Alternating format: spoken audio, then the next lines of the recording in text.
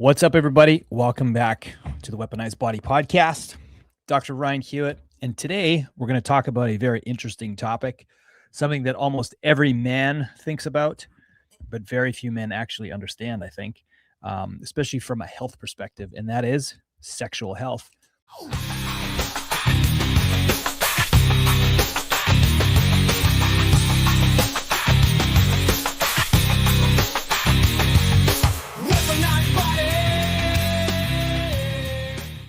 And this isn't for men only. This is a podcast for both men and women, which you'll find very fascinating.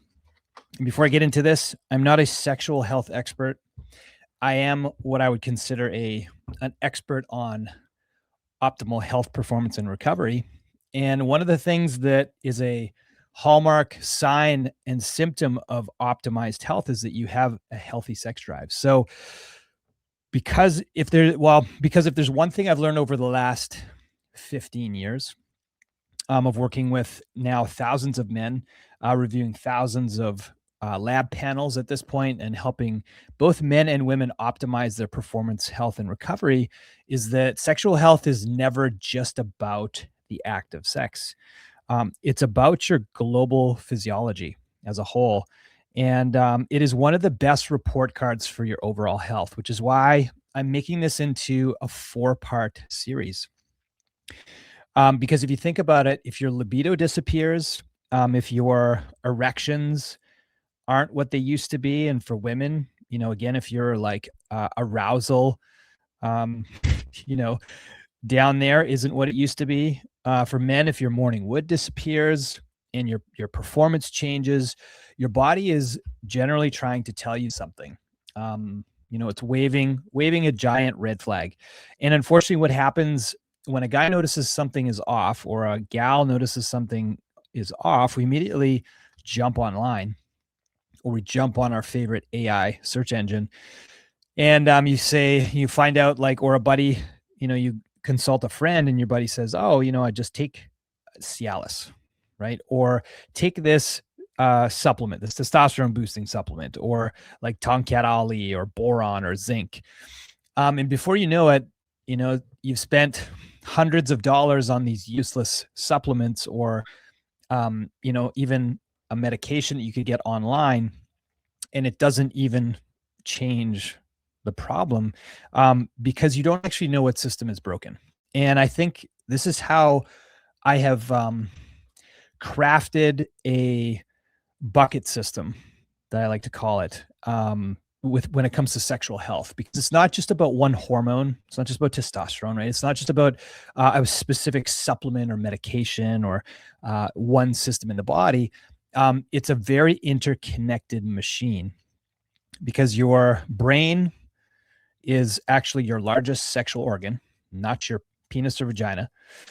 And that is what controls your arousal, right? It's actually what starts the whole process of desire and arousal. And it talks to all of your hormone organs. It talks to your blood vessels. Your hormones talk to your blood vessels, and your nerves talk back to your brain and give that feedback system. So if one part of that system isn't working, eventually the whole thing will start to fall apart. So bucket number 1 is your brain, okay, the most important. Bucket number 2 is your heart and cardiovascular system. Bucket number 3 is your hormones. And bucket number 4 is your nervous system. And every sexual complaint I find fits into one or more of these buckets. Sometimes it's one bucket, sometimes it's all 4. And that's why simply just chasing things like low testosterone often fails when it comes to libido restoration. So what I want to teach you is about how I think about helping both men and women with optimizing their sexual health, and weaponized wellness. And when I do lab reports and health consultations, because once you understand these 4 buckets, I don't think you'll ever look at your sexual health the same way again. So today's episode is going to be all about the brain. Now, I'm going to say this again. I'm going to put out this disclaimer that I am not a neurologist, nor am I a psychotherapist. And this is for information purposes only. to educate yourself and to, really understand the importance of each of these buckets. And we'll talk about the brain itself. So I think this one surprises people the most, because most people think like penis and vaginas are the only thing that matters when it comes to sex, which is totally wrong. Your brain is actually your largest sex organ. So everything, if you think about it, everything starts upstairs. Desire starts in the brain. Your sexual attraction starts in the brain. Motivation starts in the brain, and that's where the signals become aroused, right? And that electrical activity starts in the brain. So it's safe to say that if your brain isn't healthy, then things downstairs are not going to work very well. And I think it's one of the biggest misconceptions that I see is that guys think that libido equals testosterone, which isn't even close. Same with women too. I've had, I've had guys come in with testosterone in the 800s, 900s and have very poor sex drive. I've also had guys with testosterone literally in their 300s and 400s who have sex all the time. And why? It's because libido isn't just one hormone. Same with the ability to have arousal. It isn't just about one system. Libido is an output of your brain. And one of the neurochemicals I want to talk about that's very important when it comes to sex is dopamine. So dopamine is often called the motivational neurotransmitter, and it's actually, more accurate than calling it like a pleasure chemical, because dopamine is the neurochemical or the neurotransmitter that makes you pursue. It makes you chase. It creates interest, right? For men, it's sexual interest in the opposite sex, or, same sex if that's what you practice. That's what keeps you, the curiosity alive, the motivation, the sexual tension. And sexual desire depends heavily on initially dopamine signaling. And I just think about modern life and how we have totally hijacked this neurotransmitter with poor sleep, the number one underrated health condition in the Western Hemisphere. 70% of people have dysfunctional sleep to a degree.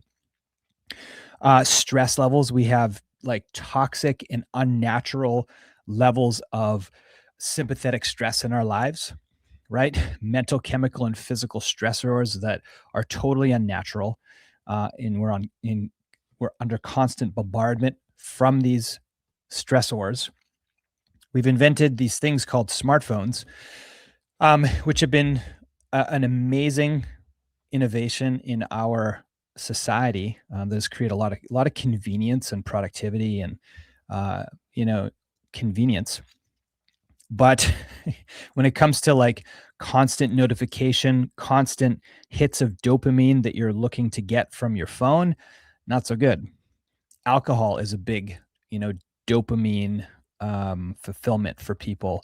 Ultra processed foods, porn, financial money, right? Does that money, kids, running business, your brain never gets a break, right? And if you wake up already stressed and then you load up on more stimmies, right? Caffeine and nicotine, in order to survive. And let's say you sit all day and you work 12 hours and then you scroll in your breaks and you scroll when you get home and you wonder why your libido has disappeared, right? It's not that your body is broken. In a lot of cases, it's that your brain has become completely exhausted. And one of my favorite questions that I ask people when I do consultations is actually pretty simple, is like, when was the last time you felt that tension, that you felt genuinely excited? Not just sexually, but just excited in general. And a lot of people have a very hard time answering this question. And in many cases, it's because we are just overloading ourselves with constant dopamine fixes that we've lost this, desire and tension in the middle. That is that like, so that anticipatory like excitement that, that's what drives a lot of your behavior to get the thing that you want. This is why like dating your wife is actually a great idea, because it creates that tension. when Kendra and I started working with our therapist, one of the things that he said is like, hey, especially for a man, like if my wife starts my day off, like, we get a big kiss in the morning and a hug, and she kind of grabs me and tells me something like, hey, big boy, like, I can't wait to see you later tonight. Like, that's going to make my rocket take off. And I'm going to like crush the day with that anticipatory desire and potential like potential activity I'm going to experience later that's very exciting to me. Um, so like that type of like, you know, motivation and like excitement is really healthy. And when was the last time you were genuinely excited to like attack your day, right? And the answer like gives you everything you need to know. A lot of men and women don't necessarily have libido problems. In a lot of cases, I find that there's like a vitality problem. Their entire nervous system has just been living in survival mode for so many years. And when you're constantly trying to survive, your body is not prioritizing things like rest, repair, regeneration, reproduction, right? We think about the sympathetic and parasympathetic nervous system, right? So you have your rest and repair, relaxation, reproduction, which is your parasympathetic, or you have your fight or flight, which is your sympathetic. And a lot of our society has um, really triggered most of our behaviors and lives to live in this sympathetic dominance, which is not so good for our, evolutionary physiology, right? Our physiology that really hasn't changed in hundreds to thousands of years, where this served us really well in the past when, um, we're wired up to seek pleasure, move away from pain, as well as conserve energy for survival. And this worked really well when we were hunter-gatherer societies, small tribes, where we worked in communities and we worked together, and everything, we didn't have access to all these hyper palatable and pleasurable like foods and electronics and things of convenience. We actually had to move our bodies every day or we died, right? And the thing is, we were in such survival mode all the time, that when we had opportunities to conserve energy, we took advantage of that. The problem is now that everywhere you look, there's opportunity to conserve energy. You literally don't have to move your body all day. You could work from your laptop. You could order food to get dropped off at your house. You could put that on repeat for days on end. And like if you get stuck in, I call it disease of convenience, right? Where you're just getting fat and sick and lazy. Your body at a certain point stops thinking about making babies, right? It's thinking about how to how to adapt to this like the disease of abundance. That's what I call it, right? Too much food, too much sitting, not enough sleep, too much stress. Like it's unnatural. And again, the stressors today just look different than they did in the past. So instead of lions or saber-toothed tigers chasing you, like you have your mortgage payment, right? You have relationship problems. You have your social media reputation to worry about. You stay up all night watching Netflix, and you have horrible sleep. Our physiology is literally exactly the same as it used to be, but we just have unnatural stressors now. And another hormone, when it comes to brain health, that I want to talk about that deserves way more attention is cortisol. A lot of people want their testosterone and their estrogen and progesterone checked, but almost nobody asks about cortisol. And we have to understand that cortisol isn't bad. Cortisol is literally essential for life. It is a hormone that wakes you up in the morning, helps regulate your blood sugar. It helps support immunological functions. The problem enters the conversation when chronic elevation of stress creates abnormal rhythms of cortisol. When cortisol stays unnaturally elevated because your brain feels unsafe, then it begins competing with all the systems that support your recovery, your digestion and your intimacy, sexual desire, reproduction. So Another one that's a telltale sign for me on a lab review, a comprehensive hormone review, is if somebody's DHEA is suppressed. This is a telltale sign that you are chronically stressed. It's one of my favorite markers because nobody talks about it. Nobody is a lot of panels don't measure it, and it gives me insight into like long-term adrenal output. When I see somebody with critically low DHEA, right away we start talking about things like, "Hey, how's your sleep?" Inevitably, the sleep is poor. That and enter symptoms like digestive complaints, low libido, poor recovery, years of unending chronic stress from family, financial issues, poor fitness. And I'm not thinking like, what supplement do we need to add here? Right. We're thinking about the critical need to restore normal physiology that's been running on empty for a long time. Right. Because, throwing a supplement at, there's no supplement there. You cannot throw a supplement at somebody and fix their shitty sleep. You can't throw a supplement at somebody and fix their, chronic intake of shitty food or lack of movement in their body or lack of water intake. You get it, right? So you have to fix those 5 levers I talk so much about, because it affects so many different physiological functions in your body, your brain health being one of them, with these hormonal influences, right? Another biomarker I like to test on most anybody I can when we're doing general labs is high sensitive C-reactive protein. So this is an inflammatory biomarker, and inflammation, people forget, affects the brain. It can affect things like your mood, your energy, your motivation. And if your body is inflamed, now it doesn't generally tell me like why or where your body's inflamed, but if it's inflamed all day long and you stack on top of that like crappy diet, perhaps being overweight, lack of sleep, and being a night owl, your brain does not work optimally. You're going to wake up groggy, and your general desire for things like sex are going to go way down. And another hormone that affects brain health that is very important, that is rarely measured on a general physical, is fasting insulin. I talk a lot about this biomarker. It's very important. So you're probably sick of hearing this by now, right? But that's too bad because it matters a lot.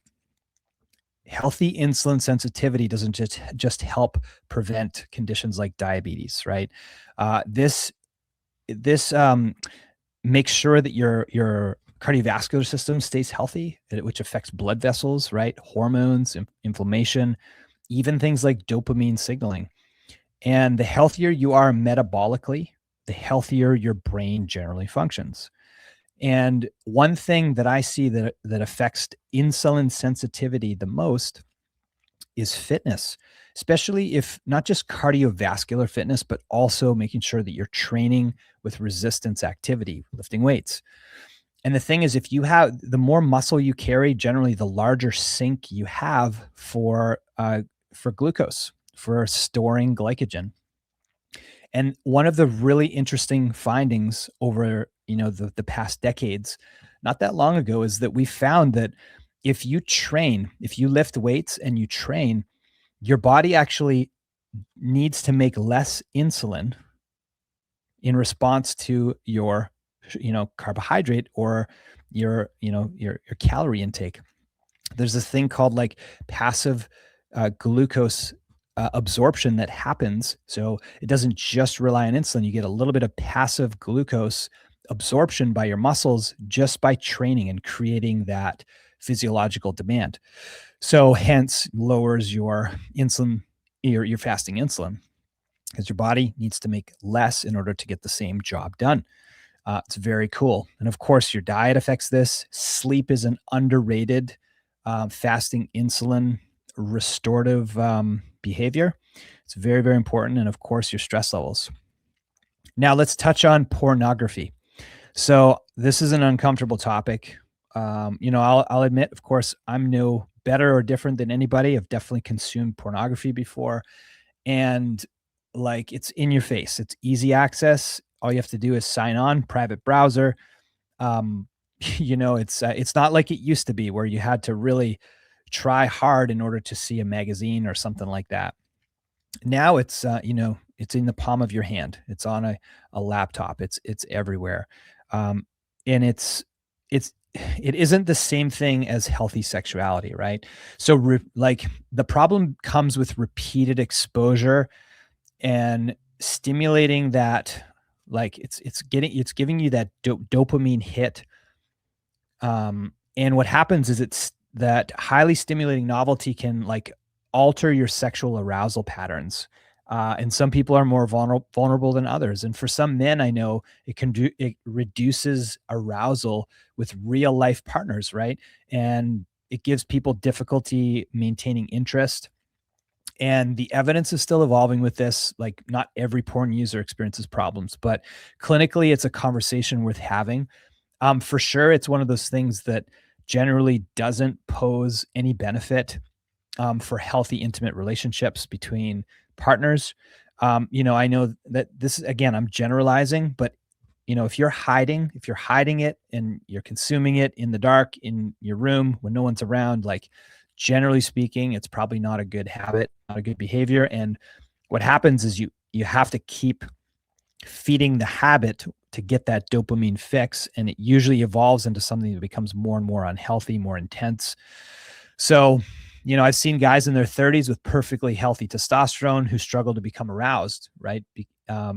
By their spouse or significant other, but have no problem when it comes to watching porn, and that's when you have a problem.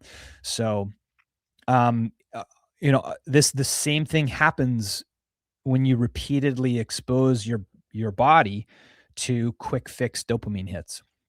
These are supposed to be far and few between, but now they're so readily accessible by our, consumerism society.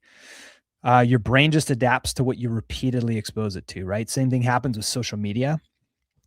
Same thing happens with junk food, with gambling.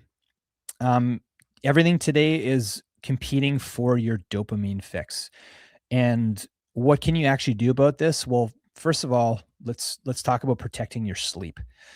It's not just about feeling rested, right? When your brain resets, this is where your memories consolidate. This is where your hormones normalize and reset. It's where your nervous system recovers. And you simply can't expect optimal libido if you're just averaging 5 hours of sleep a night. Science shows like 7 hours plus, 7 to 9 hours. Most mammal species that call ourselves, human beings, that's about where you should land. Like I know, like for me, 6.5, I can function. Anything less than 6, I know I'm dragging ass. Generally speaking, I don't really sleep more than 7.5. Like I think my optimum for myself personally, and I measure this with my Whoop, between 7 and 7.5 hours. And I do find when I train harder, I need more sleep. When I train less, I need less sleep. So, sleep is one of the most important for restorative brain health. Okay. Number 2, what can you do? Get outside. Okay. Morning sunlight matters. This factors into sleep as well. So that natural light helps regulate your circadian rhythm and supports healthy cortisol timing. It improves your sleep quality even that night. So making sure you're getting that low level light in the morning. You have to get outside. You can't just experience this through a windshield driving to work. Getting outside and doing those morning walks, I'm a huge fan. Just getting a little bit of light in your eyeballs, and making sure that at night you are not experiencing high levels of light either after the hours of like 7 or 8 p.m. So really lowering down the light, making sure that you're teaching your physiology how to wind down and your cortisol to fall so you get a good restful sleep. Number 3, lifting weights. I talked about this for a moment before. Resistance training is one of the most powerful antidepressants on the planet. Consistently outperforms antidepressants on every clinical trial, really, that I've ever seen. It improves insulin sensitivity. It improves mood. What else? Confidence. You look good, you feel good, your hormonal health. And there's just endless benefits to lifting weights. It is really, really important. There isn't one person that's exempt from needing this. This is literally a vital nutrient. You need to do resistance work in order to be a thriving, optimal human being, including making sure that your sexual health and desire stay healthy. Fourth thing is walking. Walking, keep in mind all this stuff I mentioned, it is free. This stuff is free. It doesn't cost a dime. Getting morning light, sleep, doing resistance activities. You could literally do that. Push-ups, pull-ups, sit-ups, squats with your body weight. And walking is also free. You can hit two birds with one stone. Walk in the morning, do some push-ups after every, 15 minutes along your walk. Be that crazy person. You get it three birds with one stone. Get that morning sunlight in your eyes. But walking is clinically proven to lower stress. It improves glucose control, postprandial walking, which means you walk after you eat. It improves cardiovascular health. It improves your joint health and your mental health. It's one of the most underrated interventions on the planet. And, there isn't a single health expert that would disagree by saying one of the most important foundations of a healthy person is that they move their body often, usually with a walking habit. Fifth, reconnect with your purpose. This one is definitely less concrete than the other behaviors I talked about. This one can't be measured on a lab panel. It can't be, measured with some sort of objective study. But I can tell you this from personal experience and from doing thousands of consultations with people over the last 15 to 16 years. Men in general, men need purpose. We need quests. We need a reason to get up in the morning and go attack. Men love challenges. Okay. They need something worth building. And I've noticed something over the years that men who completely lose their drive often lose their sex drive shortly after as well. Because the same brain that pursues purpose is often the same brain that pursues intimacy. And when a man feels defeated, his libido often follows. And when he starts winning again, he starts sleeping better, he starts training again, he starts eating better, starts feeling stronger and building momentum. And a lot of times the libido comes back, without us even ever, injecting a peptide or a hormone in your body or taking a supplement, right? Because we fix that first bucket, the brain. This goes for women also. Women also need to feel safe. Women need to feel seen. Women need to also have purpose as well. So this isn't just like a gender specific thing. Obviously, I'm less of a subject expert in being a woman. I can speak more from being a man. But I think women would agree that having that autonomy and that independence and having confidence and being safe and seen, like that stuff's so important for making sure that you aren't stressed out and that your brain is functioning properly. So I hope you guys enjoyed this first part episode about the brain and sexual health. Next episode, we're going to move into the heart bucket. And this is where I'm going to explain now. You probably heard things about like ED or erectile dysfunction, which is often the earliest warning sign of cardiovascular stress, and why I care about specific biomarkers when it comes to measuring your cardiovascular health on a blood panel, more so than just a standard cholesterol panel, and why morning wood can tell you more about your vascular health than more people realize. And when this comes to women as well, blood flow is super important, to the genital area. It's not just male specific, as it's just, for men, it's a little more, obvious when they're turned on. But cardiovascular health is important for both genders. So look forward to that episode. I'm going to come out with that one in a week's time. So if you enjoyed this episode, please like, share, and, shoot me any questions, Dr. Ryan at theweaponizedbody.com. Thanks again for listening, and I'll check you guys out next week.